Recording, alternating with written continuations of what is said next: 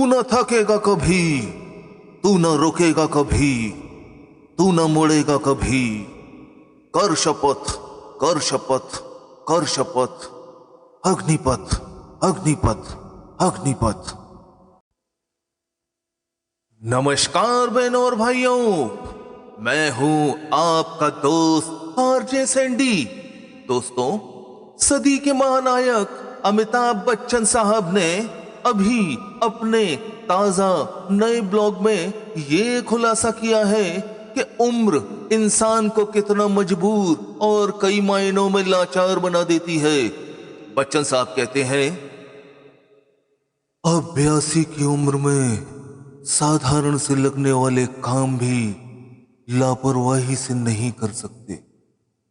बच्चन साहब आगे कहते हैं, पतलून पहनना साधारण सा काम, लेकिन हमारे डॉक्टर सलाह देते हैं, मिस्टर बच्चन प्लीज बैठ जाइए और फिर पतलून पहनिए। पहनते समय खड़े होने की कोशिश मत कीजिए, आप गिर सकते हैं। दोस्तों, बच्चन साहब आगे कहते हैं, हवा के साथ जमीन पर नीचे गिर गए कागज के टुकड़े को उठाना अभी तक एक बेहद साधारण काम था, किंतु अब इस टुकड़े को उठाने से पहले सोचना पड़ता है, बैलेंस बनाना पड़ता है। दोस्तों, अंत में बच्चन साहब कहते हैं, उम्र के साथ दुनिया में कोई भी लड़ नहीं सकता। फाइनली हम सब हार ही जाएंगे। दोस्तों, बच्चन साहब के इस ब्लॉग को पढ़कर तो मैं बेहद भावुक हो गया, किंतु फिर मुझे याद आया, ये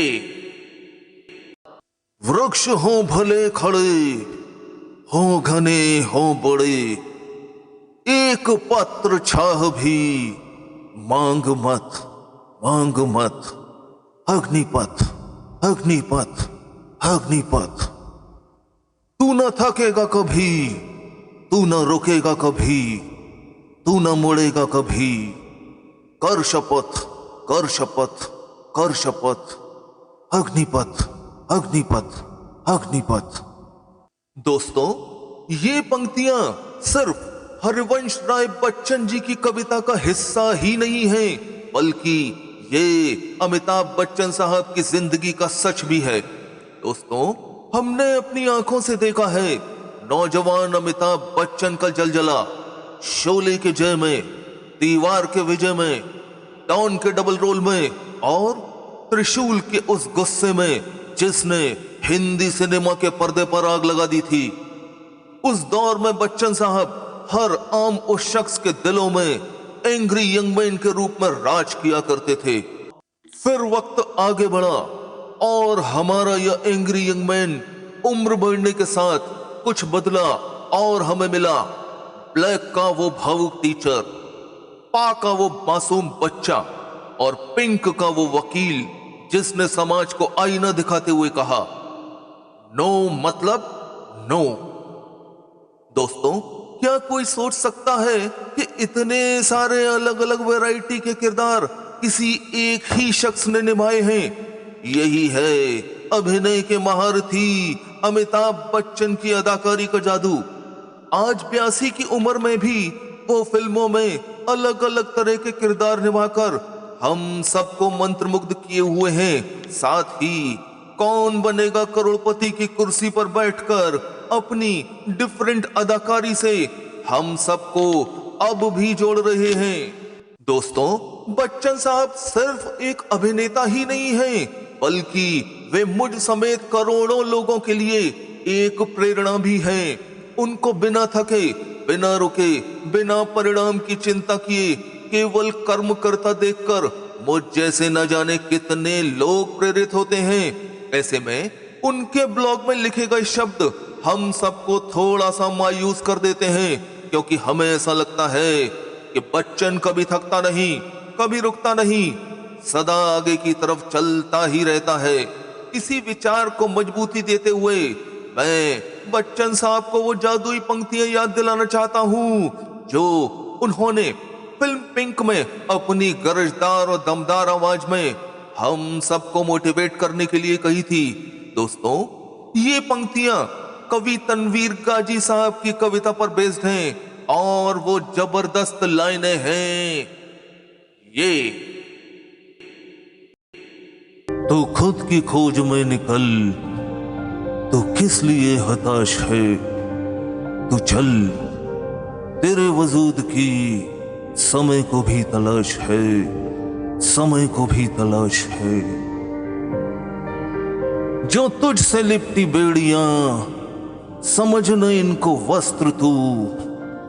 जो तुझसे लिपटी बेड़ियां, समझ न इनको वस्त्र तू। ये बेड़ियां पिघाल के बना ले इनको शस्त्र तू, बना ले इनको शस्त्र तू। तू खुद की खोज में निकल, तू किस लिए हताश है, तू चल, तेरे वजूद की समय को भी तलाश है, समय को भी तलाश है। चरित्र जब पवित्र है तो क्यों है ये दशा तेरी। चरित्र जब पवित्र है तो क्यों है ये दशा तेरी। ये पापियों को हक नहीं कि ले परीक्षा तेरी, कि ले परीक्षा तेरी। तू खुद की खोज में निकल, तू किस लिए हताश है, तू चल, तेरे वजूद की समय को भी तलाश है। जला के भस्म कर उसे जो क्रूरता का जाल है। जला के भस्म कर उसे जो क्रूरता का जाल है। तू आरती की लौ नहीं, तू क्रोध की मशाल है, तू क्रोध की मशाल है। तू खुद की खोज में निकल, तू किस लिए हताश है, तू चल, तेरे वजूद की समय को भी तलाश है, समय को भी तलाश है। चुनर उड़ा के ध्वज बना, गगन भी कब कपाएगा। चुनर उड़ा के ध्वज बना, गगन भी कब कपाएगा। अगर तेरी चुनर गिरी तो एक भूकंप आएगा, एक भूकंप आएगा। तू खुद की खोज में निकल, तू किस लिए हताश है, तू चल, तेरे वजूद की समय को भी तलाश है, समय को भी तलाश है। क्या बात है दोस्तों, क्या गरजदार लाइनें थी ये। दोस्तों, हम सब चाहते हैं कि बच्चन साहब हमेशा की तरह कर्मयोगी बने रहें। जीवन के सफर में जिस तरह उन्होंने समय समय पर अपने आप में कुछ परिवर्तन लाकर अपने आप को हमेशा गतिशील रखा है, उसी तरह आगे भी रखेंगे और हम सबको अपनी अदाकारी के जौहर दिखाकर मंत्र मुग्ध करते रहेंगे।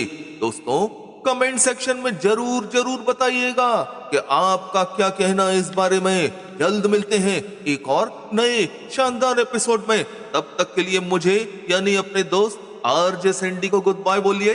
धन्यवाद। जय हिंद।